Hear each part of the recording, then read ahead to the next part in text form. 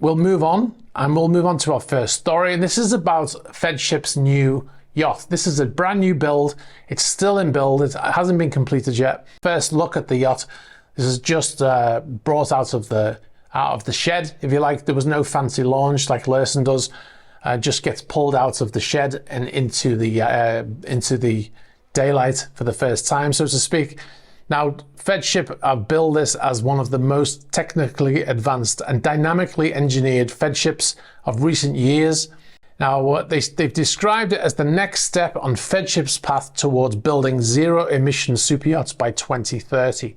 Now, that's quite a project in itself, isn't it? Zero emissions by 2030.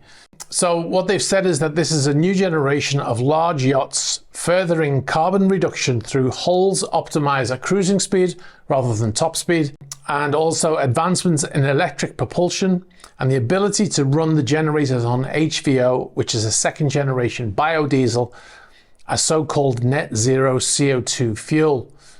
The sea trials of the vessel, when it goes on the sea trials, will be on HVO, and when they deliver the yacht to the owner, it will be filled with HVO as well, and that will reduce the CO2 emissions for at least that period of 90%. So if they run the vessel on HVO, it will reduce carbon emissions by 90%, which is quite impressive.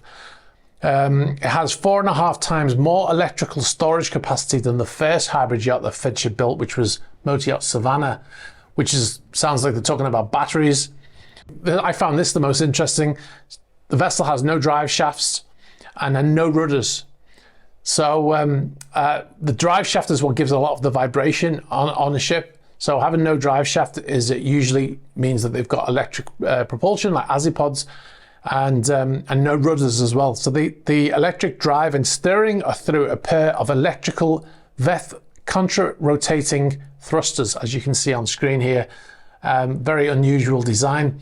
I'm not sure how that does transverse movements. Exterior design and interior architecture are by British firm RWD. So there wasn't an awful lot more released about the yacht other than it's 84 meters or 275 foot. Some of the observations after looking at these photographs, at the forward end of the ship, the bow of the ship, it appears that is a glass dome on the front there. So it appears to be a room there with windows. You can see in some of the images, you can see the lights on the inside. Now that's normally where the mooring station would be. But you can see that black strip that goes all the way around the yacht appears to be windows, at least at the front. But further back, you can see there are, on both sides, there are tender garage doors. And also in this other photograph here, you can see the mooring station doors are open there.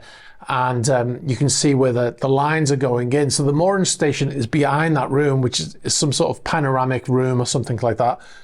Now that's an interesting design. That room will probably be accessed by going in from a lower deck, because obviously all of that stuff is behind and the owner's not going to want to walk through a working area of the ship, the mooring station, especially as when you're mooring, you can't go through there unless you're qualified to be in there. So that's probably accessed from the deck below. Might be a bit of a pain for the crew to have a room in the front of that area, but I'm sure it will work anyway. But yeah, very interesting design. It's not your average looking Feadship, is it? Let me know what you think in the comments about the design.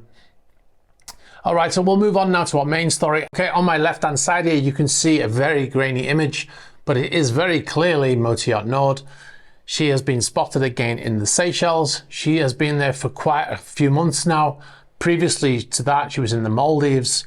And previously to that, she was in Hong Kong when she was heading to supposedly South Africa.